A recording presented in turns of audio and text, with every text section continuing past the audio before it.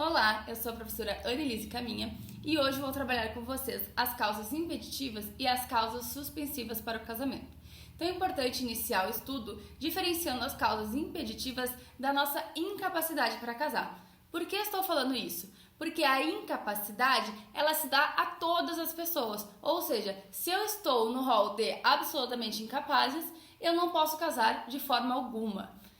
As causas impeditivas não, são causas específicas em relação a determinadas pessoas. Então vamos pensar na nossa capacidade. A incapacidade que eu tenho elencada no Código Civil está no artigo 3º e o artigo 4º. Então são incapazes absolutos, os menores de 16 anos, e incapazes relativos, os ébrios habituais, os viciados em tóxicos, aqueles que por causa transitória ou permanente não puderem exprimir sua vontade, e os pródigos. É importante lembrar que desde 2015, a Lei 13.146 nos garante a plena capacidade para casar, inclusive para pessoas com deficiência. Ou seja, eu não tenho como restringir a capacidade para casar. A restrição, na hipótese de curatela, será apenas para os atos patrimoniais e negociais. Ou seja, não se aplica aqui o nosso casamento. Então essa capacidade é quando eu tenho plena capacidade para casar. Pouco importa quem será a pessoa que eu vou casar, quem será meu nubente. As causas impeditivas são causas específicas em relação a determinadas pessoas. Quem são as pessoas que eu vou ter um impedimento para casar? Os ascendentes com os descendentes, seja o parentesco natural ou civil, ou seja, avô com neto, pai com filho, linha reta. A linha reta aqui é infinita, importante lembrar que eu tenho linha reta infinita. Parentesco natural, aquele parentesco biológico, ou parentesco civil, como o caso da adoção. Também se aplica aqui a nossa socioafetividade. A partir do momento que eu já tenho reconhecida essa minha filiação, eu tenho impedimento para casar. Eu não posso casar se eu sou filho ou filha, neto ou neto do meu avô, da minha avó, do meu pai, da minha mãe. Então eu não posso casar. Essa causa impeditiva, mesmo que seja filho adotivo, certo? Então a lei não diferencia isso quando eu estou falando de impedimento para casar. Os afins em linha reta. Quem são os afins em linha reta? A nossa querida sogra, né? Então a nossa querida sogra é para sempre. Aqui é para sempre por quê? Porque é uma causa impeditiva para sempre. Eu não tenho como extinguir esse parentesco de afins em linha reta.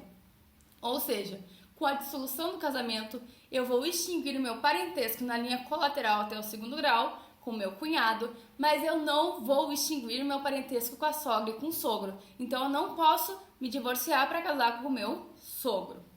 O adotante com quem foi cônjuge do adotado e o adotado com quem foi do adotante. Ou seja, aqui nós temos também sogro com genro ou nora, né? E a sogra com genro ou nora. Então, eu tenho adotante com quem foi cônjuge do adotado. Por quê? Porque nós já vimos que o parentesco civil ou legal é da mesma forma que o parentesco natural. Então, pouco importa se é adotado, adotante, eu tenho aqui uma relação de filiação. Então, eu também vou ter um impedimento e vou ter um impedimento, inclusive, em relação aos parentes por afinidade. Os irmãos unilaterais ou bilaterais e demais colaterais até o 3º grau, inclusive. Ou seja, irmão não pode casar em hipótese alguma, mesmo que seja irmão só de pai ou irmão só de mãe. Então, o irmão não pode casar. Irmão unilateral é aquele meu irmão só de mãe, e meu irmão bilateral é irmão de pai e mãe. Ou ainda até o 3º grau, então até meu tio eu não posso casar. Lembre-se que para contar os graus eu preciso voltar até meu parente em comum para depois voltar a contagem.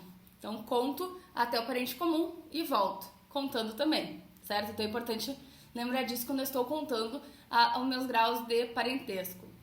Ainda, o adotado com o filho do adotante, também, porque a adoção aqui eu vou ter o mesmo impedimento.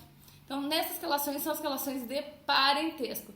Então, a regra geral, para lembrar essa regrinha aqui, a linha reta é infinita, impedimento, linha colateral até o 3º grau, também impedimento, e a afinidade, a linha reta também não se extingue, ou seja, impedimento também. Pouco importa se é adoção ou vínculo natural, então se aplica a mesma regra, certo? Então é fácil de lembrar pensando dessa forma. A linha reta, a afinidade também em linha reta, impedimento, e colateral quando é minha linha, quando é a linha da pessoa mesmo, colateral até o terceiro grau. Quem mais que é impedido de casar? As pessoas casadas. Então, se eu já tenho um vínculo com alguém, se eu não dissolver esse meu vínculo, ou seja, se eu não me divorciar, eu estou impedida de casar. Então, o vínculo aqui do casamento é uma causa impeditiva para um novo casamento. E também o cônjuge sobrevivente com condenado por homicídio ou tentativa de homicídio contra o seu consorte, ou seja, aquela pessoa que matou ou tentou matar o meu cônjuge anterior. Então, eu não posso casar com o assassino do meu cônjuge, né? Porque também aqui seria uma forma de admitir que esse crime existe. Então, eu não posso casar de forma alguma com a pessoa que assassinou meu cônjuge ou tentou assassinar o meu cônjuge, certo? Então, são as causas impeditivas.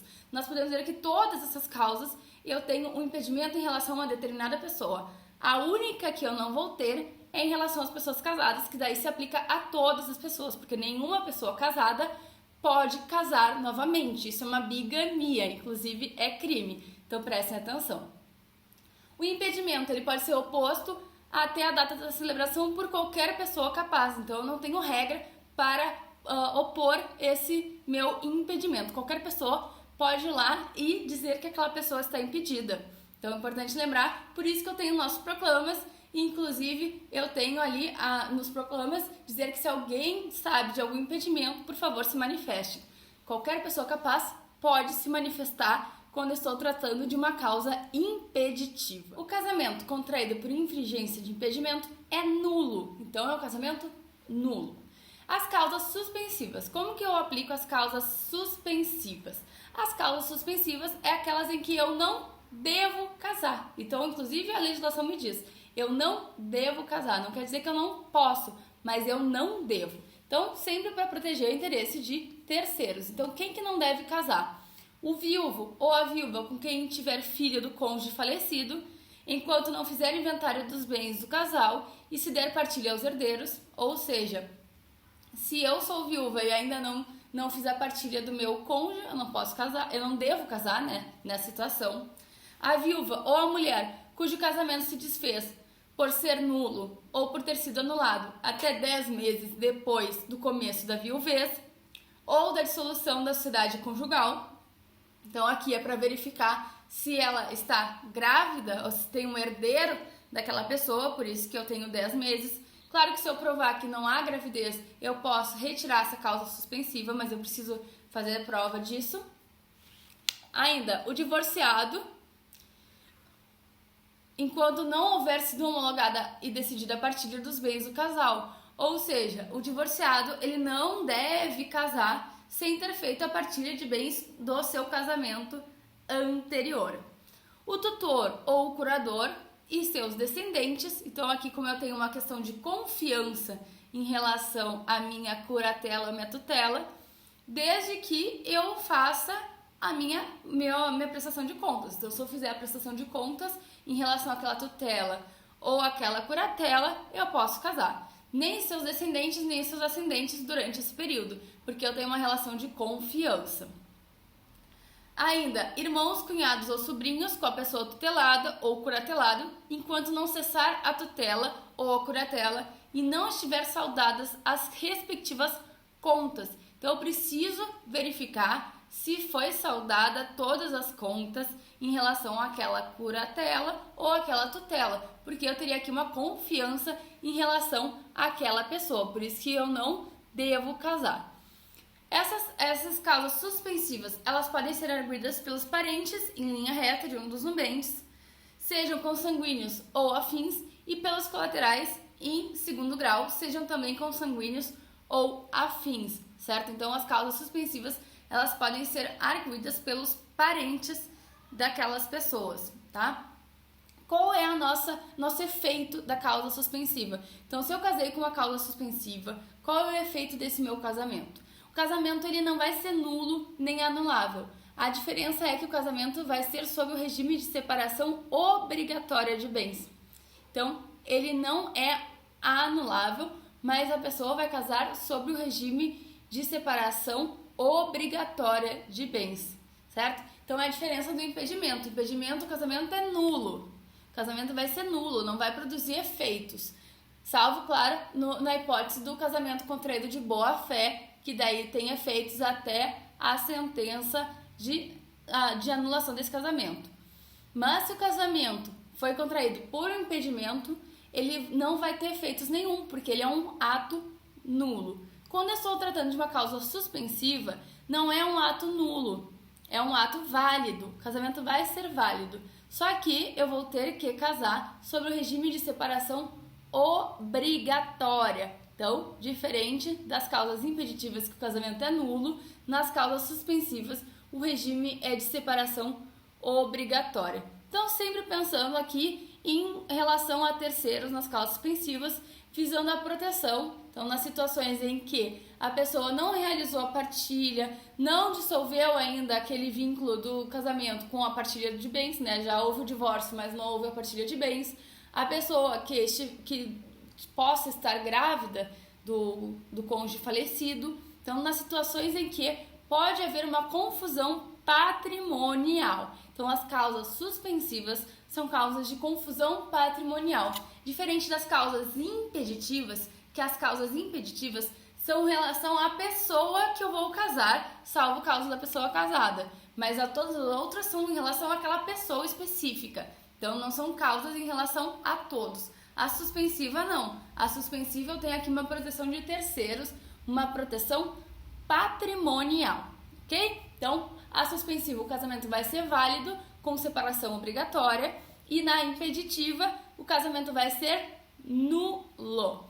Esses são os efeitos das causas impeditivas e das causas suspensivas, ok? Então, qualquer dúvida, deixem aqui nos comentários. Muito obrigada e até a próxima aula!